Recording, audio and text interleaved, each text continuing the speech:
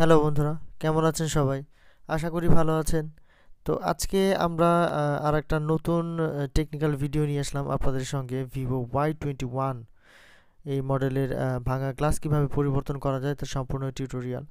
তো এটা আসলে একটা কপি ডিসপ্লে। তো আমি এখানে দেখাতে যাচ্ছি যে কপি যে ডিসপ্লেগুলো আছে, অরিজিনাল ডিসপ্লে না হইলেও কিন্তু আসলে গ্লাস চেঞ্জ করা যায়। এটা ভিভো Y21 এর একটা কপি ডিসপ্লে। তো এই ডিসপ্লের গ্লাস আজকে আমরা চেঞ্জ করবো। আপনারা দেখতে পারতেছেন যে গ্লাসটা ফাটা, বাট ডিসপ্লেতে কোনো স্পট নাই, টাচ রেসপন্স ঠিকঠাক আছে। কিন্তু কাস্টমারের চাহিদা ছিল যে সে এই ডিসপ্লেটারই গ্লাস চেঞ্জ করাবে, যেহেতু তার কাছে একটু অর্থ সংকট আছে আর কি, এই কারণে। তো যাই হোক, তো এটা একটা ভালো উপায় গ্লাস চেঞ্জ করে নেওয়া। তো বন্ধুরা, এখানে আপনারা দেখতে পারতেছেন যে আমরা ব্যাকশেলটা খোলার জন্য হট এয়ার গান ব্যবহার করতেছি, কারণ এই মোবাইলটা এর আগে একবার খোলা হয়েছে, সার্ভিস করা হয়েছে। তো এই কারণে হচ্ছে আপনার হিট স্টেশন বা সেপারেটর মেশিনের উপর হিট দিলে কিন্তু কাজ হবে না, এগুলা হট এয়ার গান দিয়ে হিট দিতে হবে। তো এখানে আমরা স্ক্রিন প্রোটেক্টরের একটা যেই ফেলানোর অংশ থাকে সেটা আমরা কেটে এখানে ব্যবহার করতেছি। তো এখানে আপনারা এক্সট্রা পেপারও ব্যবহার করতে পারেন। এই অংশটা দিয়ে হট এয়ার গান দিয়ে হিট দিয়ে কিন্তু আমরা ব্যাকশেলটা খোলার চেষ্টা করতেছি। আপনারা দেখতেছেন যে হট এয়ার গান এবং এই স্ক্রিন প্রোটেক্টরের ফেলানো অংশটা দিয়ে কিন্তু আমরা পেছনে ব্যাকশেলটা খুলে নিলাম। তো বন্ধুরা, এখানে ব্যাকশেল খোলার সময় লক্ষ্য রাখতে হবে যে রিবনটা আছে, রিবনটা যেন কোনোভাবে ছিঁড়ে না যায়, তাহলে কিন্তু ফিঙ্গার নষ্ট হয়ে যাবে। তো ব্যাকশেল খোলার পরে আমরা টুইজার এবং ওপেনার দিয়ে ব্যাকশেলের পাশে যে বাড়তি আঠাটুকু আছে সেই আঠাটুকু পরিষ্কার করে নিব, কারণ পরবর্তীতে যখন আমরা ব্যাকশেলটা লাগাবো তখন আঠাগুলা থাকলে কিন্তু ব্যাকশেলটা ঠিকঠাক ফিটিং হবে না, আপনারা দেখতে পারতেছেন। তো যেহেতু এই মোবাইলটা একটা পুরাতন মোবাইল এবং কয়েকবার খোলা হয়েছে, তো এটাকে সুন্দরভাবে রিপেয়ার করাটা একটু কষ্ট। তো তারপরেও আমরা চেষ্টা করব যতদূর সম্ভব এটাকে সার্ভিস করে দেওয়ার জন্য। তো এখানে আপনারা দেখতে পারতেছেন যে ব্যাকশেল খোলার পরে আঠা পরিষ্কার করছি আমরা। এরপরে হচ্ছে যে নাট গুলো আছে বা স্ক্রুগুলো আছে, সেই সব স্ক্রু কিন্তু আমরা খুলে নিতেছি, যাতে আমরা মাদারবোর্ডটা ডিভাইস থেকে আলাদা করতে পারি, অথবা ডিসপ্লেটা আমরা ডিভাইস থেকে আলাদা করতে পারি। তো এখানে ডিভাইসের যে ডিসপ্লের রিবনটা আছে, এই রিবনটা কিন্তু ব্যাটারির নিচ দিয়ে গেছে, তাই ব্যাটারিটা কিন্তু খোলা আমাদের জন্য খুব জরুরি।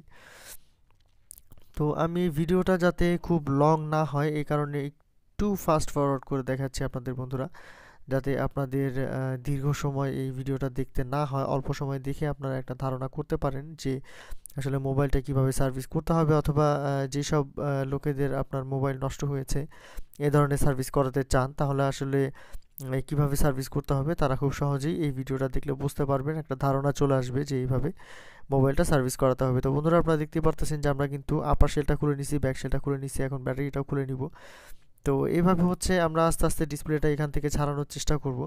তো এখানে ডিসপ্লের রিবনটা আমরা খুলে নিতেছি, আপনারা দেখতেছেন।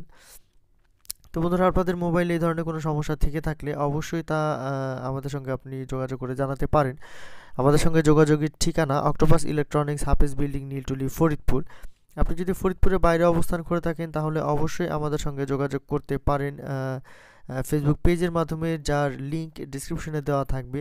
সেটা থেকে আপনারা সরাসরি আমাদের সঙ্গে যোগাযোগ করতে পারবেন।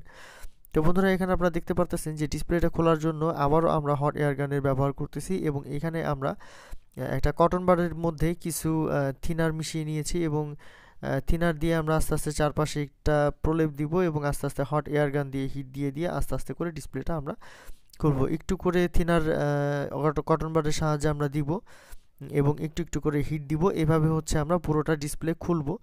তো সময় যাতে খুব বেশি না লাগে বা ভিডিওটা লম্বা না হয়, এই কারণে আমি হট এয়ার গান দিয়ে হিট দেওয়া বা আপনার কটন বাড দিয়ে যেই থিনারটা আমরা বারবার দিই সেটা আমি দেখাইনি। এটা আপনারা তো প্রথমবার দেখতে পারলেন যে এইভাবে কাজ করতে হবে। তো ভিডিও শর্ট করার জন্য আমি এটা আসলে দেখাইনি। তো এইভাবে হচ্ছে ডিসপ্লেটা খুললে তার মোটামুটি সাকসেস রেট প্রায় 95%। তো আপনারা চেষ্টা করবেন যে কোনো উপায়ই হোক ডিসপ্লেটা খুব সুন্দরভাবে বাঁচাতে। তো এখানে আপনারা দেখতে পারতেছেন যে ডিসপ্লেটা কিন্তু আমরা প্রায় খুলে ফেলেছি বন্ধুরা, ডিসপ্লেটা কিন্তু আমাদের খোলা হয়ে গেছে। ডিসপ্লেটা খোলার পরে আমরা ডিসপ্লের যে হাউজিংটা আছে সেই হাউজিংটা খুব সুন্দরভাবে পরিষ্কার করে নিব, যাতে পরবর্তীতে আমাদের ওসি করার পরে ডিসপ্লেটা ফিটিং করতে কোনো ধরনের অসুবিধা না হয়, বা গ্লাস উপরে বসাইতে কোনো ধরনের কোনো সমস্যা না হয়, ডিসপ্লেটা যাতে খুব সুন্দরভাবে ফিটিং হয়। বন্ধুরা, আপনার মনে রাখতে হবে যে ডিসপ্লেটার যেই বডির উপর আমরা বসাবো, অর্থাৎ যে হাউজিংয়ের উপর আমরা বা যে ফ্রেমের উপর আমরা ডিসপ্লেটা বসাবো, সেই ফ্রেমটা যত বেশি পরিষ্কার হবে ডিসপ্লেটা কিন্তু তত বেশি ফিটিং হবে এবং দেখতে সুন্দর লাগবে। তো এখানে আমরা যেহেতু গ্লাসটা ফাটা, পরবর্তীতে যাতে কাটতে কোনো অসুবিধা না হয় এই কারণে আমরা উপরে সুন্দর করে স্কচ টেপ লাগিয়ে নিব, যাতে পরবর্তীতে আমাদের কাজে কোনো ধরনের কোনো অসুবিধা না হয়। বন্ধুরা আপনারা দেখতে পাচ্ছেন কিভাবে আমরা স্কচ টেপটা মারতেছি। তো আমার স্কচ টেপ মারা হয়ে গেলে স্কচ টেপের পাশে যে বাড়তি অংশটুকু আছে এইটুকু আমরা কেচি দিয়ে চেটে ফেলে দিব। অনেকে ব্লেড দিয়ে কাটেন, যে যেভাবে পারেন সুন্দরভাবে কাটতে পারেন, কোনো অসুবিধা নাই। আপনার বাড়তি অংশটুকু অবশ্যই কেটে ফেলে দিতে হবে।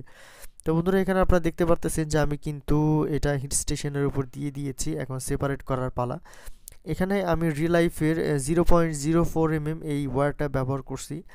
আর টেম্পারেচার আপনার 70 থেকে 80 ডিগ্রি এর মধ্যে রাখলে ভালো হয়, এর বেশিও দেওয়া যাবে না, কমও দেওয়া যাবে না। তো এখানে অনেকেই আমাকে কমেন্ট করেন, অনেকে আমাকে ফোন করেন, অনেকে আমার সঙ্গে যোগাযোগ করার চেষ্টা করেন যে ভাই আপনার কালো স্পট পড়ে যাচ্ছে। তো কালো স্পট আসলে সব ডিসপ্লেতেই পড়ে না, কিছু নরম ডিসপ্লেতে আছে যে কালো স্পট পড়ে যেতে পারে। তো এখানে ঘাবড়ানোর কিছু নাই, প্র্যাকটিসের মাধ্যমেই আপনার আস্তে আস্তে এগুলো আপনি বুঝতে পারবেন যে কি করলে আসলে স্পট পড়বে না। তো এভাবে আস্তে আস্তে কাজ করতে হবে, এমন না যে একবারেই আপনি কাজ করতে পারবেন, এরকম না, ভুল বোঝার কোনো কারণ নেই। কালো স্পট আমার কাছ থেকেও পড়ে, বাট সেটা খুব কম পড়ে।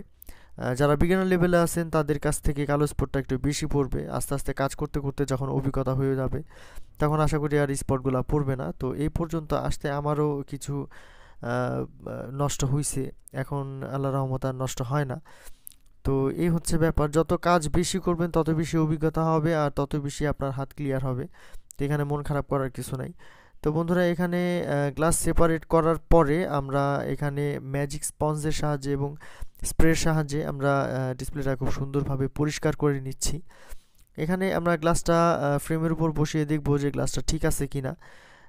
তো আমরা দেখলাম যে না, গ্লাসটা ঠিক আছে।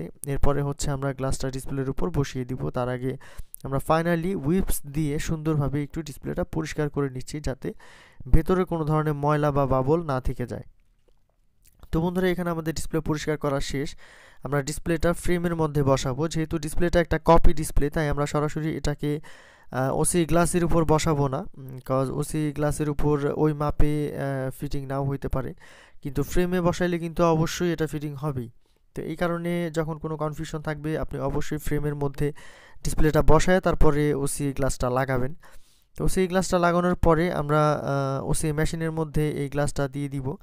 ওসি মেশিনের মধ্যে প্রথমটায় তো আমরা জাতা দিলাম, তো এখানে মেশিনে জাতা দিয়ে গ্লাস আর ডিসপ্লেটাকে অ্যাটাচ করে দিচ্ছে, এবং পরবর্তীটা হচ্ছে বাবল রিমুভার মেশিন, যেখানে বাবলটা খুব সুন্দরভাবে রিমুভ হয়ে যাবে। তো বন্ধুরা এখানে দেখতে পাচ্ছেন যে বাবলটা খুব সুন্দরভাবে রিমুভ হয়ে গেছে এবং ডিসপ্লেটা রেডি হয়ে গেছে। তো এখানে আমরা সানশাইনের কালো আঠাটা ব্যবহার করতেছি, G21 এবং G20 এই দুইটা মডেলের আঠা আমরা বেশিরভাগ সময় ব্যবহার করি, কারণ এই দুইটার সার্ভিস খুব ভালো বা আঠাও খুব ভালো কাজে দেয়।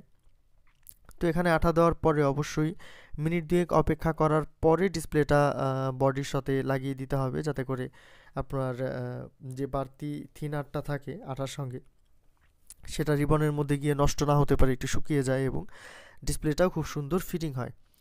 তো এরপরে আমরা মাদারবোর্ড বসিয়ে দিলাম, ব্যাটারি বসিয়ে দিলাম, এরপরে হচ্ছে আমরা ডিসপ্লেটা অন করব, দেখব যে ঠিক আছে কিনা। তো বন্ধুরা দেখতে পারতেছেন ডিসপ্লেটা কিন্তু ঠিক আছে, কোনো ধরনের কোনো অসুবিধা হয় নাই। তো এরপরে আমরা আপার শেল, ব্যাক শেল এগুলো সব কিছু ঠিকঠাক লাগাই দিব। তো বন্ধুরা আপনারা দেখতে পাচ্ছেন যে ডিসপ্লেটা কিন্তু কপি ডিসপ্লে হওয়ার কারণে ডিসপ্লে সাইজটা আপনার অরিজিনাল ডিসপ্লের তুলনায় একটু ছোট, এবং এটার সাইডের বেজেলটা একটু বড়। আর যে ওসি গ্লাসটা আমরা ব্যবহার করছি সেটা আসলে অরিজিনাল ডিসপ্লের ওসি গ্লাস, কপি ডিসপ্লের ওসি গ্লাস পাওয়া যায় না, এই কারণে বাধ্যতামূলক আমরা এটাকে ব্যবহার করেছি। তো এখানে ঘাবড়ানোর কোনো কারণ নাই। স্ক্রিন প্রোটেক্টর ডিসপ্লের উপরে কিন্তু আমরা সবাই ব্যবহার করি। তো যখন আমরা একটা স্ক্রিন প্রোটেক্টর লাগাই নিব, 6D বা 3D স্ক্রিন প্রোটেক্টর, সেই স্ক্রিন প্রোটেক্টরটা লাগাই নিলে নিচে যেই সূক্ষ্ম একটা টানা দাগ আছে সেই দাগটা কিন্তু দেখা যাবে না বা কোনো কিছু বোঝা যাবে না, একদম ফ্রেশ মনে হবে, কোনো সমস্যা হবে না। তো এই ট্রিক্সটা আপনারা কাজে লাগাইতে পারেন, স্ক্রিন প্রোটেক্টর লাগাই নেবেন, তাহলে কোনো কিছু বোঝা যাবে না। তো এখানে বন্ধুরা ব্যাকশেলটা কিন্তু আমরা পরিষ্কার করিনি, ব্যাকশেলের উপরেও কিন্তু বাড়তি আঠা আছে। তো এখানে আমরা ব্যাকশেলটা খুব সুন্দরভাবে পরিষ্কার করে নিব, যাতে আমাদের মোবাইলের যে বডি সেই বডির সঙ্গে ব্যাকশেলটা সুন্দরভাবে অ্যাটাচড হয়ে যায়। অ্যাটাচড হয়ে গেলে কিন্তু খুব সুন্দর লাগবে দেখতে, পরবর্তীতে আসলে অতটা খারাপ লাগবে না, দিক দিয়ে একদম সুন্দরভাবে মিশে যাবে। তো ব্যাকশেলটা এখানে লাগানোর জন্য আমরা পানি কালারের যে আঠাটা আছে সেই আঠাটা ব্যবহার করতেছি। তো ব্যাকশেলে আপনারা অবশ্যই পানি কালার আঠাটা ব্যবহার করবেন, এটা খুলতে কম হিটের প্রয়োজন হয়। আর কালো আঠাটা খুলতে খুব বেশি হিটের প্রয়োজন হয়, এই কারণে আমরা কালো আঠাটা ব্যবহার করি না। তো বন্ধুরা আপনারা দেখতেই পারতেছেন যে আমি কিন্তু এখানে সাদা আঠাটা ব্যবহার করতেছি, কালো আঠাটা ব্যবহার করতেছি না। তো এভাবে আপনারা দেখলেন যে আমার কিন্তু ডিসপ্লেটা ফিটিং করা হয়ে গেছে, এবং ডিসপ্লেটা ফিটিং করার পরে চারপাশে যে আঠা আছে সেই আঠাগুলো সুন্দরভাবে আমরা পরিষ্কার করে নিতেছি। পরিষ্কার করে নেওয়ার পরে যাতে বোঝা না যায় যে একটা ডিসপ্লে লাগানো হয়েছে। তো এটা আপনারা সুন্দরভাবে একটা স্ক্রিন প্রোটেক্টর এবং একটা ব্যাক কভার লাগাই চালালে আসলে পাশে থেকে কেউ বুঝতেই পারবে না যে এই ডিসপ্লেটায় কোনো কাজ করা হয়েছে বা মোবাইলটায় কোনো কাজ করা হয়েছে। যেহেতু এটা অরিজিনাল ডিসপ্লেটা নাই, অরিজিনাল ডিসপ্লেটা নষ্ট হয়ে গেছে, কাস্টমারের আগেই এটা কপি একটা ডিসপ্লে লাগানো। তো কপি ডিসপ্লে গ্লাস চেঞ্জ করার জন্য যতটুকু যা সুন্দরভাবে করার প্রয়োজন ছিল আমরা তাই করার চেষ্টা করছি। একটা স্ক্রিন প্রোটেক্টর লাগাই নিলে নিচের যে দাগটা আছে ওইটা বোঝা যাবে না। তো বন্ধুরা আপনারা দেখতে পারতেছেন যে টাচে কিন্তু ঠিকঠাক কাজ করতেছে, ডিসপ্লেতে কোনো ধরনের কোনো স্পট নাই, সব কিছুই মোটামুটি ঠিকঠাক আছে। তো বন্ধুরা এভাবে যদি আপনারা আমাদের কাছে কাজ করাতে পারেন তাহলে আপনারা অবশ্যই আমাদের সঙ্গে যোগাযোগ করবেন। আর আমার এই ভিডিওটা যদি আপনাদের একটু ভালো লেগে থাকে তাহলে অবশ্যই একটা লাইক করে দিবেন, তাতে আপনাদের সাপোর্ট আমরা পাই এবং আমাদের মনোবল বৃদ্ধি পায়। আর চ্যানেলে যদি নতুন হয়ে থাকেন তাহলে অবশ্যই একটা সাবস্ক্রাইব করে রাখবেন এই ধরনের নতুন নতুন ইম্পর্টেন্ট ভিডিও পাওয়ার জন্য।